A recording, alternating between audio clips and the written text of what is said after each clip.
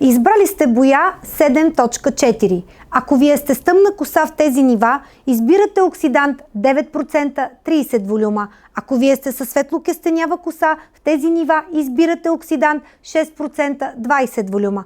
При наличие на много бели коси, този цвят може да стои прозрачен. Затова е добре да се комбинира с боя 7.0 от серията Extra Coverage 6% 20 волюма. Ако желаете да освежите цвета по дължините на косата, тогава използвайте боя 7.4 с оксидант 3% 10 волюма. Смесете 100 мл боя с 150 мл оксидант.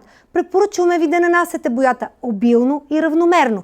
Време на престой 40 минути. През последните 5 минути разнесете по дължините, за да освежите цвета, след което изплъкнете. За дълготраен цвят и защита използвайте продуктите на Миаманте.